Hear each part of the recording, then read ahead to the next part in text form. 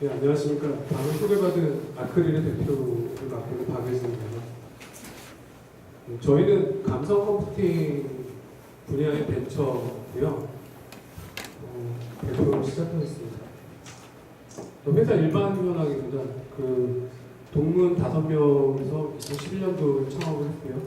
지금 이제 3년하고 한 5개월, 6개월 정도 된 회사입니다. 그래서 창업 첫해 LG전자에서 전략적 투자 조치를 받았고, 그 다음에 이제 저희가 갖고 있는 솔루션을 LG전자에 납품을 합니다. 그리고 나서 그것이 2년이 돼서 지금 현재 LG전자 중심으로 굉장히 많은 일을 하고 있고요. 작년에 6억 원 정도 매출을 했고 올해 10억 정도 예상을 하고 있습니다. 예, 저희 회사 이력 설명을 간단히 보여드리고 있고요. 일단 감성기술하면 굉장히 많이들 생소해 하시는데, 최근에 그녀 이런 영화 보시면 칙칙한 음악 틀어줘 이런 장면이 나오고, 로보캅 이런 영화 보시면 사람을 보고 감성으로 그 사람을 이해하고자 하는 그런 장면들이 나오거든요. 자연스럽게 사람을 이해하고 소통하기 위해서 기반 기술로서 감성 기술의 유용성 같은 걸 보여주고 있죠. 그리고 6월 달에는 소프트뱅크에서 손정희 회장께서 직접 그 감성을 인식해서 사람의 그 이해를 돕는 로봇 페퍼라는 걸 직접 공개를 하셨고, 인텔에서도 관련 시장에 진출한다라는 보도가 있었습니다. 이 밖에도 굉장히 다양한 분야에서 감성 기술을 활용하고 그걸 통해 가지고 어떤 부가가치를 높이고자 하는 노력들을 곳곳에서 찾아보실 수 있습니다. 즉 감성 기술은 다양한 분야에서 쓸 수가 있는데, 첫 번째로는 감성이라는 측면으로 정보를 조직화한다는 측면이 있고, 두 번째로는 이제 사람의 현재 상태를 이해할 수 있으니까 맞춤형 서비스 같은 걸 제공할 수가 있습니다. 특히 IoT나 웨어러블 디바이스 같은 것들이 새로운 컴퓨팅 패러다임으로 다가오는 시점에서 이거 굉장히 중요한 이슈라고 볼 수가 있습니다. 그리고 마지막으로는 이제 그 소셜케어가 필요한 사람들을 확인하는 작업에도 쓸 수가 있는데, 청소년들이 굉장히 극단적인 선택을 할 때 10명 중에 8명이 SNS 통해서 이를 이미 밝히고, SNS를 조사해보면 50% 이상 외로움과 고독이란 감성이 나타난다는 사실이 이미 보고가 되어 있습니다. 그래서 이 감성 기술이라는 것은 다양한 분야와 인티그레이션 해가지고 2019년에는 270억 달러, 10조 가까이 성장할 것이다 라는 예측들이 나와 있고요. 아크릴이 갖고 있는 감성 기술은 감성 컴퓨팅 내에 다양한 분야가 있습니다만, 그 감성 인식 쪽에 관련된 기술을 연구 개발하고 있습니다. 인터넷에 돌아다니는 다양한 텍스트들을 입력 데이터로 해서 그 데이터를 입력을 받았을 때 그 데이터를 만든 사람들이 만들 당시에 어떤 감성을 갖고 있었는지 분석해내는 그런 종류의 소프트웨어를 개발하고 있습니다.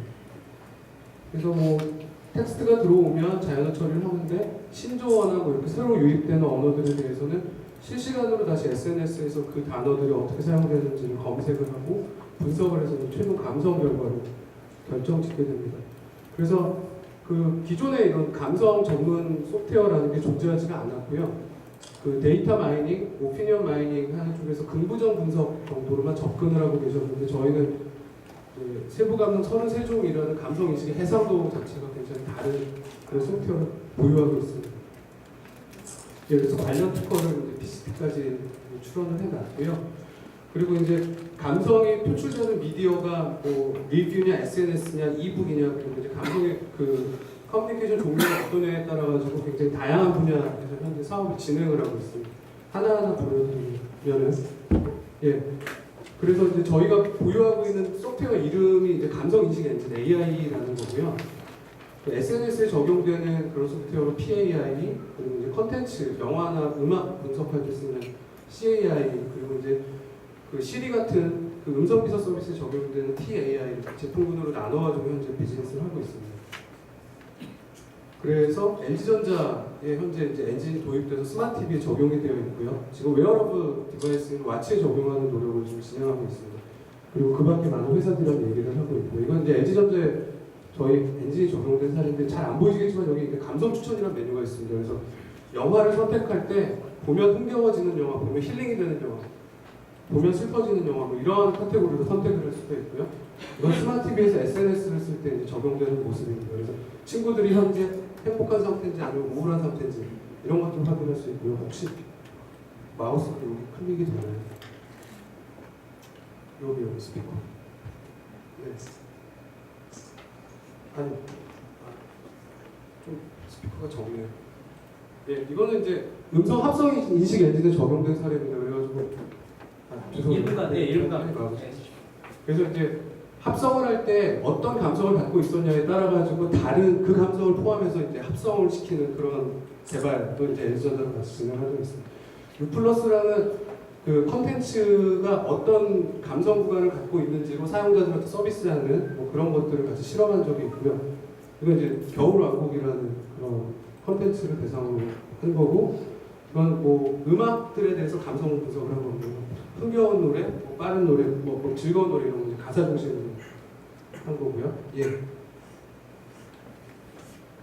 그리고 이제 B2C 서비스로 이제 자기 트윗의 댓글 뭐 이런 것들, 아니면 유명인들의 트윗에 대한 뭐 네티즌 반응 같은 것들을 감성적으로 이제 시각화시켜서 볼 수 있는 그런 앱을 만들고 있고, 예, 추석 지나면 아마 출시를 하려고 하고 있습니다. 그래서 이제 올해 15억부터 차근차근 성장해서 2017년까지 이제 회사를 만들어 나갈 예정이고요. 현재는 아직까지는 LG전자나 이제 다른 기업들 대상으로 하는 비즈니스가 많은지라 이번에 투자를 받아가지고 B2C 사업을 강화하는 그런 여력을 만들고자 IR을 하게 되었습니다.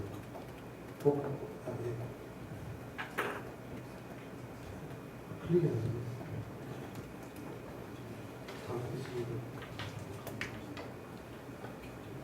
예, 그래서 지금 현재 10억 원 정도를 투자 유치를 할 계획을 갖고 있고요.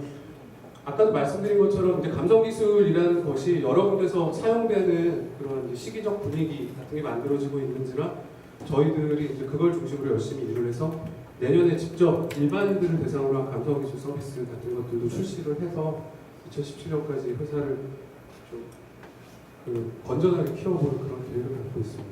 긴 말 들어주셔서 감사합니다.